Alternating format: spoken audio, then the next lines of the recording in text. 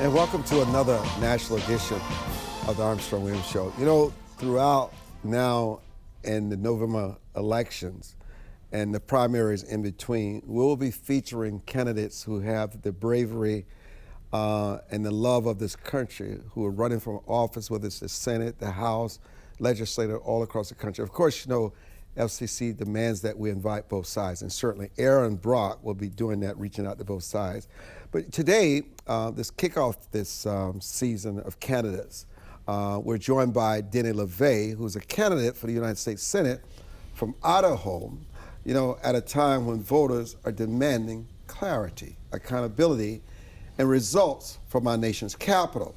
Idaho has long stood for independence, physical discipline, and personal responsibility, like many other places in this country. Yet many are asking whether those values are being fully represented in today's political climate. Denny LaVé is stepping forward with a vision for leadership at a consequential moment for Idaho and for the country. And we're very pleased to have you with us today to join us. You know, what specifically, Denny, led you to enter this race for the U.S. Senate in Idaho at this time? Two things. The first thing is it's a deeply spiritual thing for me. Like, I do believe that God has asked me to do this. Now, how did God ask you? You know, it started about 18 years ago. I heard a speech of someone who claimed to be the same faith as I am, who sold out, and who didn't represent what we did. And my mentor said, wait, and you know, if God wants this for you, he'll tell you. He'll let you know. And 2024, in my prayer life, he let me know. And I said, God, if this is really what you want, send a mentor to tell me. But how do you know that's what God wants you to do? I find it interesting when people invoke God. How do you know it's... Sure. I asked him, I said, if this is really what you want, you need to send someone to tell me this is what you want, because we can easily deceive ourselves. We easily deceive ourselves in our mind, in our dreams. And so he did. He sent someone from the outside who said, hey, are you still thinking about this?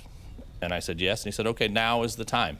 So what are the voters directly from Idaho are telling you that's what's missing in Washington, which they cannot find in the current U.S. Senator that they're looking for in you? I went to every county in Idaho on a book tour earlier this year. And I asked them, I said, if you could change one thing, if you could fix one thing in the country today, what would it be? And the overwhelming answer that I got from everybody I visited with was, we're tired of the toxic rhetoric and we're tired of things not getting done in D.C. So are they tired of the president? Because his rhetoric is toxic depending on what you listen to. There's a lot of people that are upset right now. With the president With the president, with Congress, right? They're saying, hey, you made promises and you're not delivering. What promises do they feel the president's not delivering on? You know, the most common theme that came up on my tour was they're very unhappy with how the Epstein affair was handled. Really? Right? They really wanted to know, they wanted to see that no one is above the law. Including the president? Including the president. Interesting. They wanted to see accountability, right? Because something that a lot of people don't want to talk about is the statistics say 1 in 3 women in their lifetime in America will be sexually assaulted. I've never heard those stats. And 1 in 10 men in their lifetime will be sexually assaulted. Wow. And what they want to know is, why is it that we seem to have a double standard where we can pursue these crimes at a normal level, but if people get above a certain level of power, prestige, whatever, they seem to get their names redacted. You know what? Here's what shocks me about that. Epstein has nothing to do with pocketbook issues. It has nothing to do with the foreign entanglements that we find ourselves in. It has nothing to do with tariffs and the high soaring fuel prices. Those are also issues that people are very upset about, right? They're not happy. Idaho believes very strongly in not having foreign entanglements. You know, I mean, the Republican Party in Idaho, it's part of their platform, right? Of we believe we should not be entangled in foreign affairs. that we need to take care of America first. And so you're right, things like diesel fuel. I mean, when diesel's $5.25, right, and you know, one of my sons has a diesel pickup, you know, he's going, Dad, I got to work, you know, 10, 15 hours just to fill my pickup every week, right? Like, that's absurd. How would you define your governing philosophy in one or two core principles? We need to end the reckless spending and rein that in. And then I think the number two issue that people talked to me about was healthcare, and I think we need to have some radical transparency there. What is radical? I think people need to see what things cost when they go. I get to understand what define radical, the change you'd make. I just read an article in the Wall Street Journal that said in 10 peer nations to America for healthcare services, that 75% of every healthcare dollar spent goes to frontline providers and 25% goes to overhead, administrative expenses. And that here in America, it's 9% goes to frontline providers and the rest is overhead and administrative. What? 91%? Hold that. You know, here's what I want to do. We're going to take a break. Denny LaVé, U.S. Senate candidate from Idaho, is our guest. He kicks off our series. You know, we hear people come and sit and say if they're elected, obviously if you're a senator, you have more clout, you're there for 6 years, you don't have to run every 2 years. How do they know that what you're saying is going to be real if they're elected you? They've been down this path so many times. How do they know that you can be the difference? That's on the other side of this break. I'm Armstrong Williams, and we'll be back.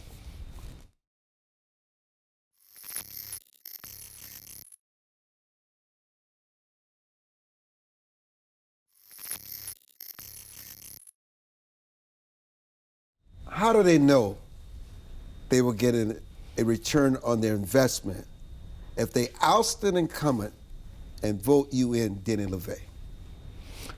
First off, I'm a political outsider, right? I'm a tradesman. I'm an iron worker by trade. I started a business 18 years ago. It's been very successful. I work all throughout the Western United States. So I'm not approaching this as a political tool. I'm not approaching this as someone from an inside who's worked their way up. I'm approaching it from the outside. And there's a lot of evidence, there's a lot of research that shows that if you're in a system for any given period of time, that after a while, you stop coming up with innovation. You stop coming up with new ideas, and you start falling into the this is how we always do it trap, right? That's one of the reasons why I believe President Trump is as popular as he is, as successful as he is, right? I mean, I voted for him all 3 times. I would vote for him again today if he was up against any of the opponents he's run against today. I would vote for him again. Is there any opponent on the Democratic side, if he were up against, you would vote for? No. No one on the Democratic side? No. Okay. No. I think he's brought a lot of energy from the outside and saying, hey, we can do things different. I don't want to take your time, this special, this valuable time with you to talk about. I want to talk about what really sets Denny LaVé apart from others in this race, both in policy, tone, and leadership style. Okay.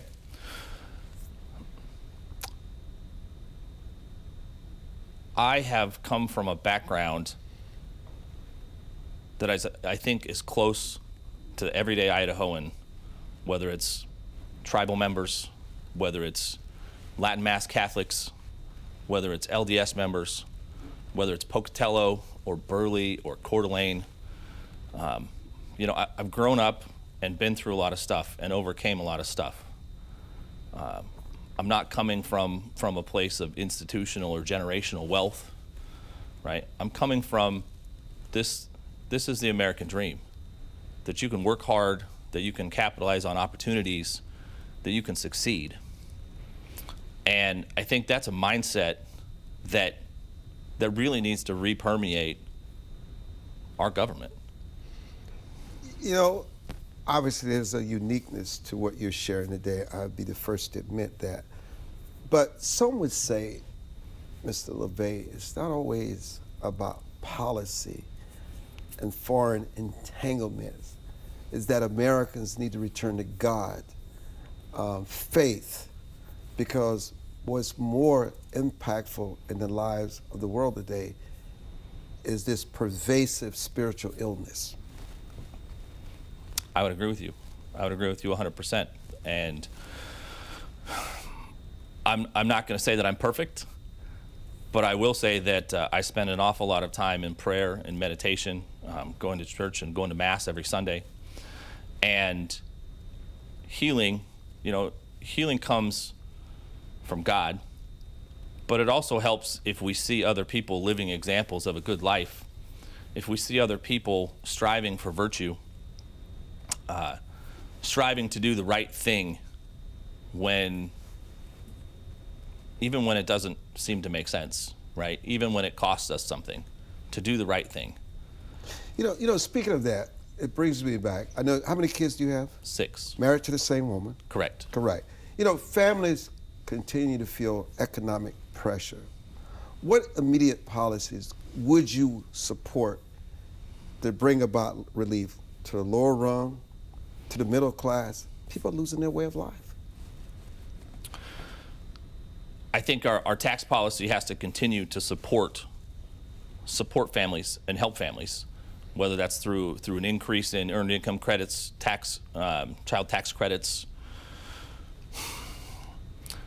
In Idaho, one of the things that we've done recently that I think is very supportive of families is we just passed a tax credit that helps parents really take control of their children's education, right? Because parental involvement, but it allows them to choose alternative schools, alternative trainings, and allows them to have some funding mechanism to help them cover that expense. Right, like I have a deeply held belief, and this is, again, it's my church's belief that parents are there to, we're going to have children, but the education of those children is a huge responsibility. It's part of the role that we take on when we get married. And there's a lot of pressures that have been pushing for a very long time to, put your kids into the public school and let the public school handle it. And, I think we saw the height of that. The results have not been. No, the results have not been good, and I think we've seen it in a lot of areas of the country. I mean, I think was it Loudoun County where they were treating parents who were concerned with how the school was teaching things as domestic terrorists. I mean, that's crazy that we could get to that point. So let's raise this. The president has cut many agencies, cut a lot of ways. He has changed government forever. Are there specific reforms that you would cut to address the national debt or waste, fraud, and abuse? Are there some programs that the president should have had a more compassionate hand in cutting that really end up hurting more Americans in the long run? I'll share a quick. Think about that. I'll share a quick story. I want to hold you the story because Aiden just told me I need to go to break. So I'm going to go to break, and I'm going to come back because I don't want your quick story interrupted. Don't go away. We'll be back with the U.S. Senate candidate, Denny LaVé, for the state of Idaho. I'm Armstrong Williams.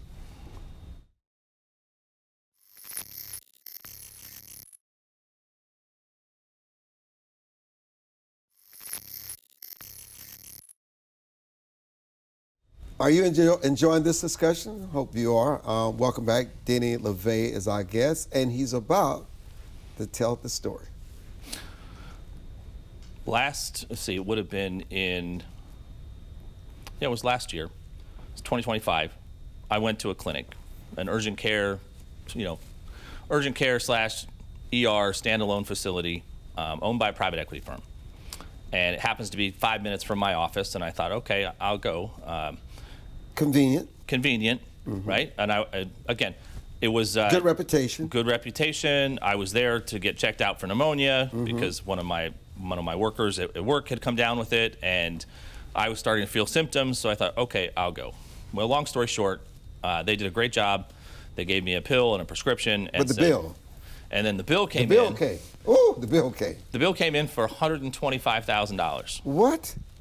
$125,000 for a 30-minute Were you visit. trying to buy the hospital? I put down a payment on it? And then That's crazy. They graciously reduced it by $115, and then the insurance company paid their part, and they said, Mr. LaVé, please pay us $2,100. And I said, there has to be a mistake here. They said, well, we can't help you with that, but if you'd like to pay today, we'd appreciate that. And I said, no, there has to be a problem. And they said, well, we can't help you, but would you like to pay?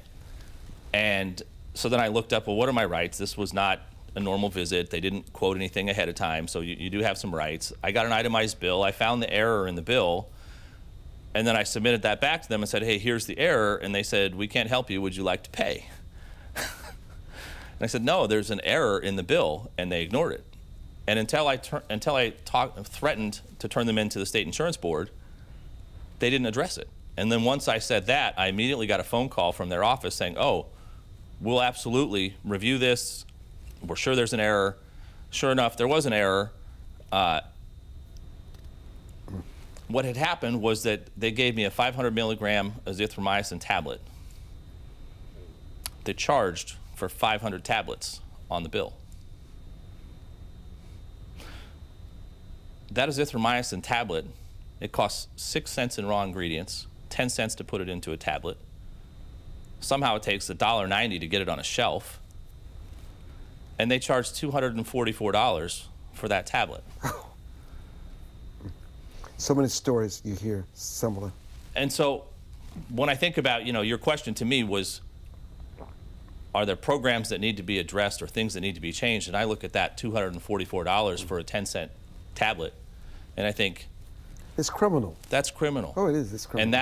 And that level of things are happening to the federal government every day. Speaking of that, when I think of Idaho potatoes, I think of agriculture, the rural communities, and all that. So what federal policies are most needed to support agriculture? And how do we get young people back to farming? How do we continue to grow our own crops and realize that farming is still the backbone of America? We really need to reinvest in the small family farm. There's been a lot of roll-ups. There's been a lot of economic pressures that have caused family farms to be rolled up into corporate farms. Small family farming has always been the backbone of America. There's a lot of need also right now to move back to more of a regenerative model of farming. Right? We have areas of our country where we used to have 30 feet of topsoil, and now we have inches, right? Because a lot of the mechanized corporate level agriculture is really hard on the land. And in order to make the land fruitful, we have to continue applying massive amounts of chemical fertilizers. Mm-hmm. Those chemical fertilizers, they cause real issues in the ecosystem. They cause algae blooms.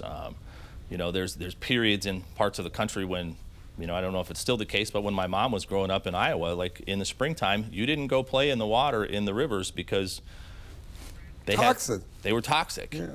Right? And I think we're still uncovering a lot of the results of a lot of those chemical additives that we're putting into the food system and into the ecosystem. We know we are. Denny LaVé, U.S. Senate candidate for the state of Idaho, is our guest, and we'll be back, I think, with some final thoughts.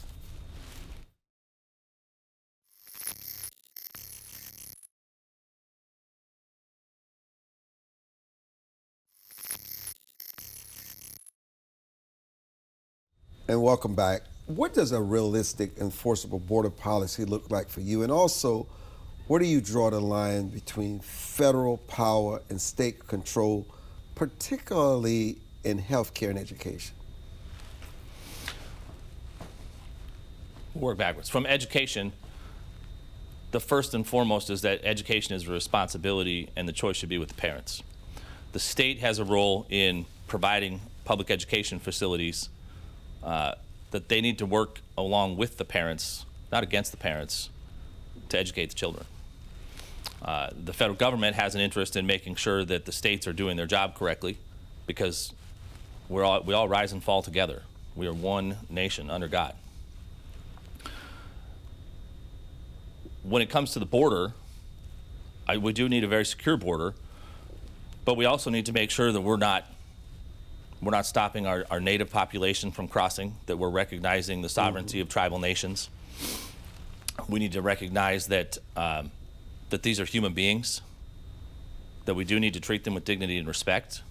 But it's also a two-way street. If they come over illegally, then we need to enforce the law, which that leads on to the conversation that we're having right now around ICE and the masking, and the whole situation has degenerated. I mean, if doxing wasn't a thing, if swatting people's houses, like, no law enforcement officer should have to worry about some random person calling 911 and calling down a SWAT team on their house. So let me tell you, that's not okay. I have a minute left. These are rapid questions. Should we be in Iran? Quick question. Answers. No, I don't believe that we should. Should we consider invading Cuba? No, I do not believe we should. And finally, in 10 seconds, for Ohio voters who are still undecided, why you and why now? Because we deserve to have someone fighting for our people in Idaho. And for far too long, our senators have laid down and been a rubber stamp, and we deserve someone to go fight. And what has best prepared you for this fight, in your experiences? 10 seconds. 5 seconds. My faith in God. Your faith in God. Listen, Denny LaVé, this is why we do this. Thank you so much for joining us. Really wish you well. We look forward to having your opponent on and others join us on the Armstrong Williams Show. Good day, everybody.